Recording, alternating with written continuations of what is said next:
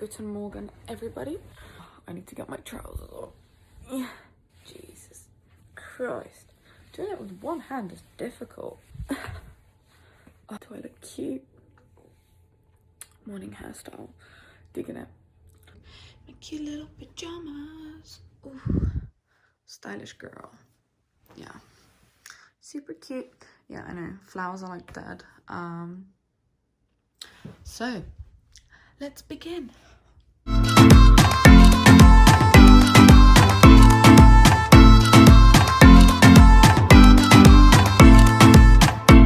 Today, I just really wanted to talk in the morning. There are like a few things in Korea which are strange, but they work. They're strange. They're really strange, but they just work. Okay, so I've just washed my face. And while I do my little morning moisturizing skincare, whatever routine, it's actually like 2 steps. I'm just gonna talk about the strange things, well, the things that I find strange in Korea. Like, they work, but I don't know, in England it's just different. So the first thing is, in England we just buy bin bags from a store, right? And then you pay tax, you put, you know, the used whatever rubbish, yeah, rubbish is used, I mean, like, you put the rubbish in these like huge kind of dumpsters. Because you pay tax, they just get taken away. So here in Korea, buying your bin bags, you don't get them just on a roll, you know, black bin bags like we do in England, or I think in the US and Australia you probably do the same. Here, your bin bags are your shopping bags. So you go and buy your food, and then they give you usually 20-litre bag, and you put all your shopping in, and then you take it home, and then you reuse that bag as your bin bag. But if you don't go food shopping, you can get it at the convenience store. But not all convenience stores hold the size that you need. So the bin bags vary from like 10 to 100 litres. For example, I needed a bin bag and I went into a convenience store and they only had 100 litres. They only had 100 litres. So I had to get that because I needed a bin bag. Yeah, that's a lot to fill, but I just, you know, filled it half full, chucked it out. I was like, whatever, because I can't stand there being like mess or rubbish. The price, I think it's about 350 for the 10-litre bag, so that's 351. And then for the 100-litre, I think it cost me 2,700 won. Which, I mean, it's okay, it works. In England, you just pay tax, they take it out.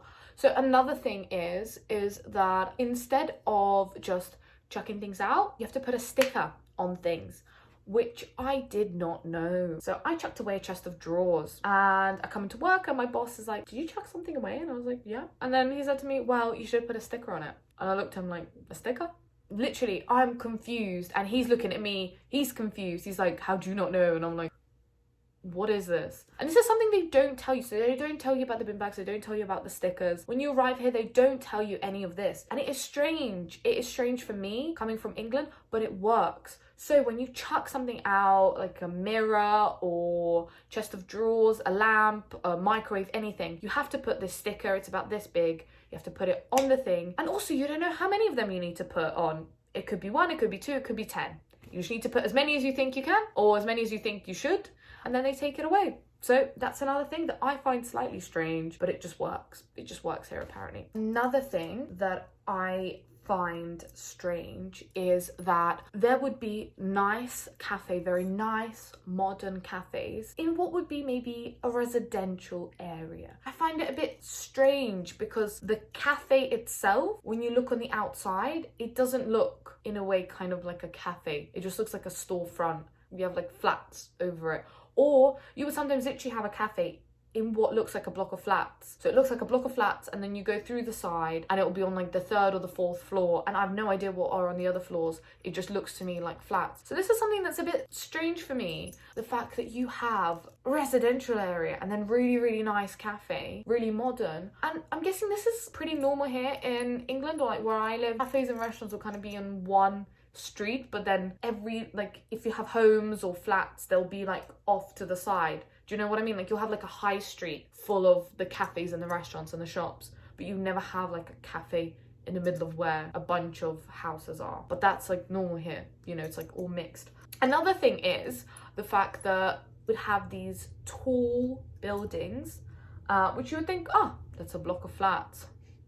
Oh no, you are so wrong. You think it's a block of flats, but it's not. So I work in one of these places. It's literally just each floor, it's dedicated to businesses. And how you know is that when you go in, there'll be this usually sign before you go in, something blah blah blah, and then floor 5, floor 4, floor 6, whatever. And it's just strange for me because in one building you would have a dentist, you would have an English school, you'd have a cafe, you might even have, I don't know, a plastic surgeon in the same building. So imagine you want to get like your lips done or plastic surgery or whatever, and you have to go to the 3rd floor of a building, and below that might be a restaurant. In England, we would just think it's dodgy. It would be dodgy as hell. But here it's normal. They don't really think it's weird. So then another thing about cafes or maybe restaurants that I find weird is people go there solely to take photos, or they just go there to show, oh, I've been there. It's the new thing, I've been there, and that's it. So the food might not even be good, the cakes might not even be good, the service might not even be good, but they just go there to take a photo, which, I don't know, I'm just baffled by that. So in England, we don't do that. We go to places because we want an experience, we want to try good food. We don't just go there for a photo. I know that there are places which are specifically like marketed in like to take good Instagram photos, but usually the food is really, really good there. For example, I love afternoon tea. I've been to Harrods, Selfridges, Fortnum and Mason's, The Shard, and of course Sketch. Everybody knows Sketch London. Pink Room, beautiful. I've been there multiple times. You know, they do a different thing every season. And yes, people go there for the photo, but every single time I've been there, the quality has not changed. It is always fantastic, always something new. You know, you have live music, you have great service, beautiful presentation. So you go there not just to take a photo, you go there now for like the food, for the experience. Strange that I find here is that people go, they go once, they take a photo and that's it. I prefer to find places that I like and I'll keep on going there. Another thing that is in a way strange, I think honestly it is a very, very, very polite thing to do. So they do it here often. When you get your cakes and your coffee and your food, they put it on a tray. So you take it with you, you have to pick it up yourself. After you're done, you hand the tray back. And why it's strange for me is because in England, not a lot of people do that. You know, you have your coffee, you have your cake, and then you just leave it. Usually the bartender will come and they will tidy it up. Is it the bartender or the barista? Wrong word. So here they give it back. So when you go into a cafe, it is clean. So if there are free spaces, the free space is clean. They tidy up after themselves.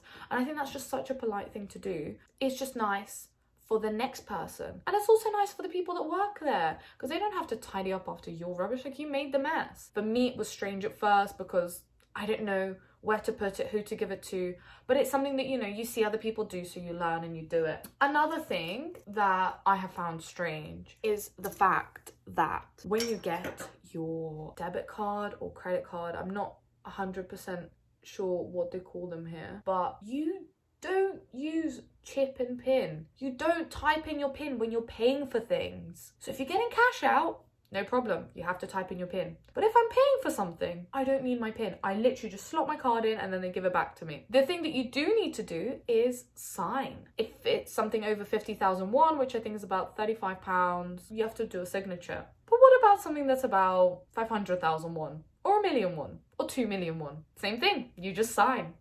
No PIN. So for me, it's really strange because if I make a big purchase, I'm kind of expecting them to be, oh, we need to verify who you are. We need to verify that it is your card. I'm just there kind of itching like, oh, I need to type in my PIN.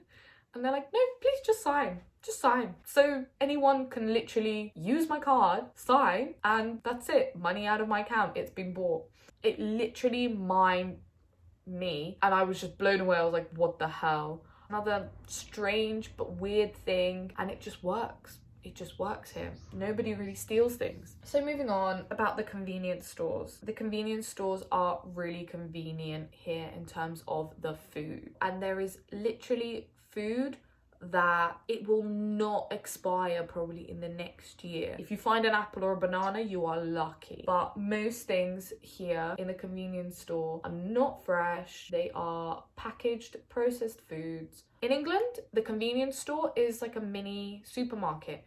You have your steak, you have your chicken, you have your fruit, veg, everything. You also have, of course, you know, more convenient kind of food that expires, you know, after whatever, a year or so. But you have your fresh food in the convenience store in England. Here, it's just literally ramen, rice, packaged meats, all of that type of stuff. But it works because then you have kind of these small restaurants or small kind of, I wouldn't really say they're fast food, but they kind of are places where you go and you have your actual, if you want an actual meal, and they're really cheap. They're anything between 5 to 10,000 won you'll probably spend for a meal, which is £3.50 to £8.50, which is nothing. And the thing is that the convenience store are every, I don't know, 500 meters or something, even less sometimes. So I think actually this is something that is strange for me, but I think it does work. Another thing about convenience stores is that is where you top up your subway or tube or underground, whatever, you know, your card that you travel with. I found that really weird because in England, you can top it up at the train station or at the underground station or tube station, whatever you want to call it. You top it up there. You can top it up at a convenience store as well, no problem. But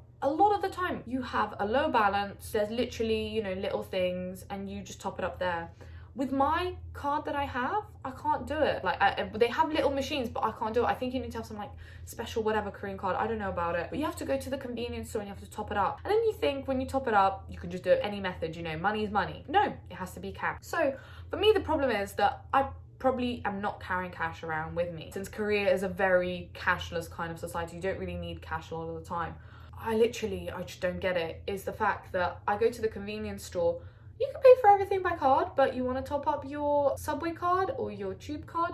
No, you have to do it with cash. So that means I have to go and find a cash machine, and then I have to go back to the convenience store, and then I have to top it up. And then once I've topped it up, then I can go and use the subway. So just the whole process is a waste of about 10 or 15 minutes, and I've had to do that. So now that I've learned about it, I literally every month, I just drop like, I don't know, 50 or 100k on the card just in case, and then yeah, I hope for the best that it doesn't run out. Yeah, that's just how I do it. And then the final thing is about the subway. Oh my god, the amount of times I've literally been squashed to death. When you're getting off the subway, you're getting off the carriage, the doors open. I think the ajumas wait maybe like 0.2 seconds and then they just start ramming into the carriage. And it is just so weird and strange for me because in England, they'll always play this kind of tune and they'll say, let the passengers off the train first, that type of thing. Here, screw that. Like, you take one step out and the ajuma's just like, pew, like she's just ramming into you, and I'm like, oh, please, you know, I don't want to kill you, please don't kill me. So yeah, this is just another strange thing, but apparently it works. It works here. It's strange, but it works. This is kind of the few things that I find strange in Korea, but they work. There's also a few things that you don't get told, and I think people have a major culture shock when they come here. They're like, what the hell? I mean, some of the things I didn't know about, I've been told before, but I think even just experiencing it, I was kind of like, what the hell? So yeah, I hope this was kind of informative, and that if you do travel to Korea, that you know, I know a lot of people are probably coming to Korea to work and teach, just like I am teaching English right now. So yeah, these are a few things I think you should know, because even though I knew a few of these things, I was still very shocked when I was experiencing it. So just kind of get yourself mentally ready for this, so then you're not mind every single time. I'm actually gonna get ready for the gym. I need to do my hair, put it up in a nice and tight ponytail like that. Suddenly, look at my face, this is so funny. 3, 2, 1. Suddenly I'm skinny. I might be a Kardashian. And when I drop it, it's just ugh. It is so cold. It is literally freezing my tits off. I'm buttoning up right to the top like that. Trainers, headphones, water bottle. Gonna be doing a Korean and wearing flip-flops out. Yeah. And if you're finding it weird that I'm going to the gym, I am in 2021 with everyone. As you can see, I'm wearing a mask. But things in Daegu are chill. You just wear a mask, go to gym, no problem. Anyway, till next time, bye guys.